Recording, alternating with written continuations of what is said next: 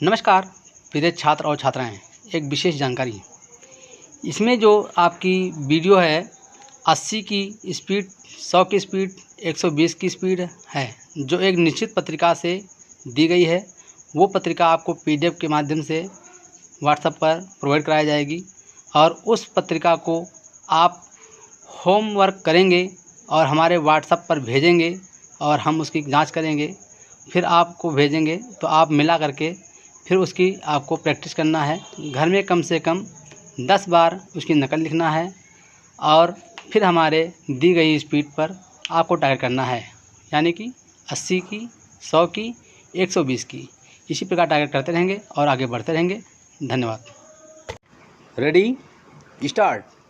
उपाध्यक्ष महोदय, कोयला खान के राष्ट्रीयकरण को 25 वर्ष बीतने के बाद उत्पादकता में कमी हो रही है और कोयले का उत्पादन खर्च बढ़ रहा है।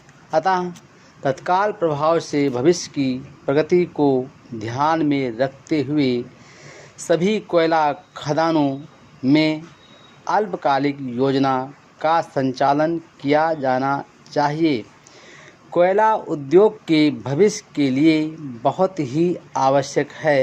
अतः मैं आपके माध्यम से सरकार से आग्रह करना चाहता हूं कि इस विषय पर कोयला मंत्रालय से भी विचार विमर्श किया जाए और कोल कंपनियों को घाटे से बचाने और उत्पादन क्षमता में वृद्धि करने हेतु आवश्यक कदम उठाया जाए।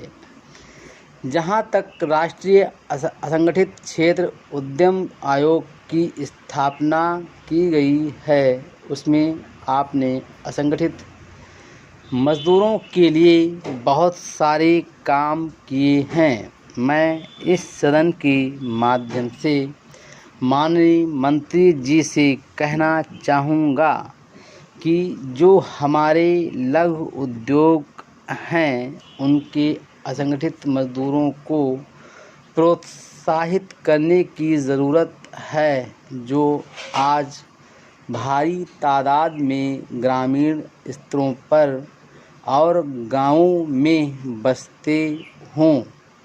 अगर उस श्रेणी में लिया जाए तो बीड़ी श्रमिक, गैर कोयला खान श्रमिक और सिनेमा श्रमिकों के लिए भी आपने कुछ काम किया है।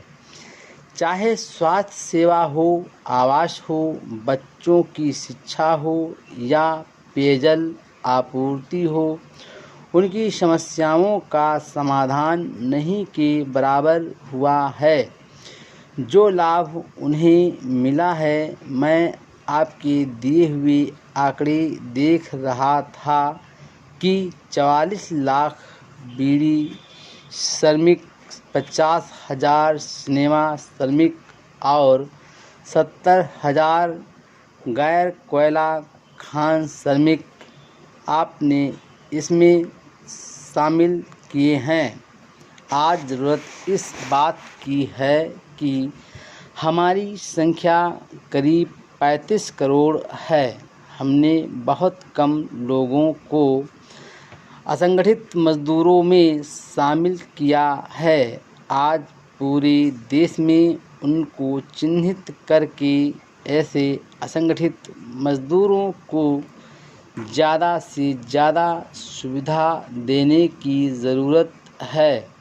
अभी तमाम सदस्यों ने बात कही है कि विश्व के 20 देशों में 13वां स्थान भारत का है, जहां सामाजिक सुरक्षा की बात कही गई है, जिसमें अर्जुन सेनगुप्ता आयोग ने अपनी रिपोर्ट माननीय प्रधानमंत्री जी को सौंपी है।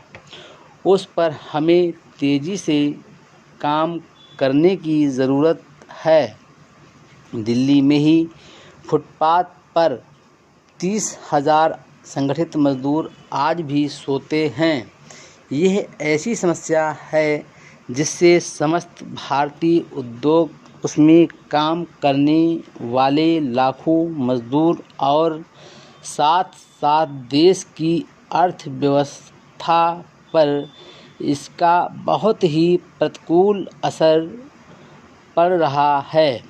हाल ही में क्षेत्र की खान में जो हादसा हुआ, मंत्री जी ने उसके कारण बताए।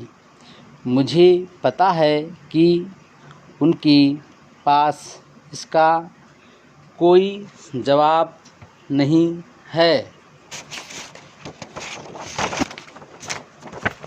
महोदय, कोयला उद्योग में इस तरह की दुर्घटना कोई नई बात नहीं है।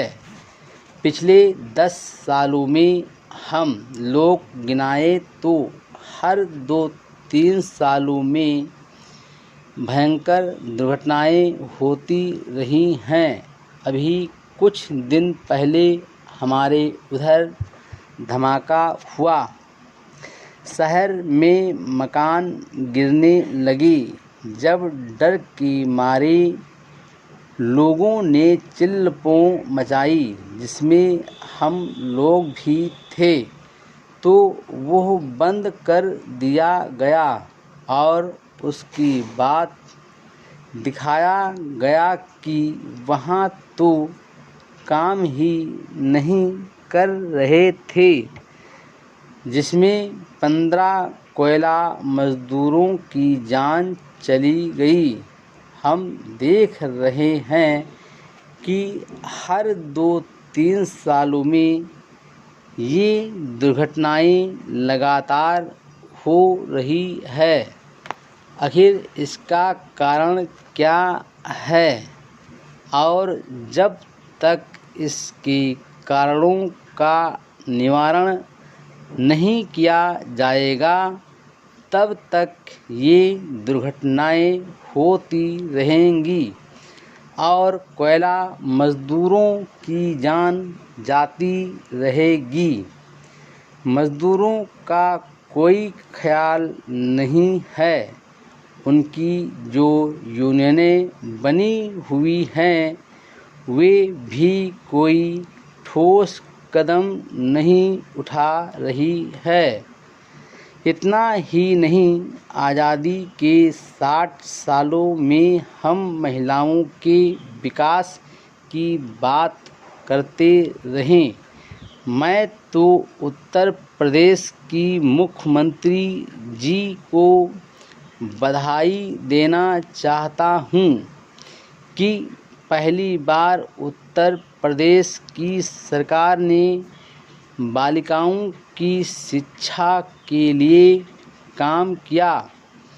जो गांव की गरीब बेटी है, जिसका बूढ़ा बाप मजदूरी करने के बाद अपने बच्चों को 2 जून की रोटी नहीं दे सकता, अपनी बेटी को पढ़ा नहीं सकता, हमारी सरकार ने व्यवस्था की कि उसकी गरीब बेटी भी अगर कल इंटर कॉलेज में जाएगी, अगर प्रथम वर्ष में दाखिला लेगी, तो उसे एकमुश्त 15,000 रुपये और एक साइकिल आने जाने के लिए दी जाएगी।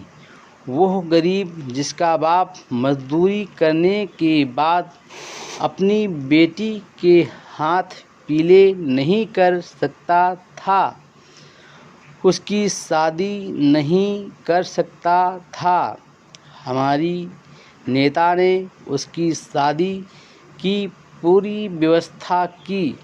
उत्तर प्रदेश की सरकार ने ऐसे तमाम जो पिछड़े समाज के लोग थे, जो गरीब हैं, जिनके पास कोई खेत नहीं, बिजनेस नहीं, नौकरी नहीं, उनके लिए भी उन्होंने काम किया। गरीबी के नाते जो लोग बड़े बड़े महानगरों में, कोलकाता में, मुंबई में मजदूरी करते हैं और किसी तरह से परिवार का पेट पालते हैं उनका बेटा नहीं पढ़ सकता है, इंटर कॉलेज डिग्री कॉलेज में पढ़ने के लिए पहली बार उत्तर प्रदेश की सरकार ने उसकी जो दाखिला फीस थी उसकी प्रतिपूर्ति के नाम से उनको दी जा रही है। इतना ही नहीं, उत्तर प्रदेश के मज़दूर हैं, गरीब हैं, जहां लोगों को नौकरी नहीं मिल पाती, लोग काम के लिए बाहर चले जाते हैं। Full stop.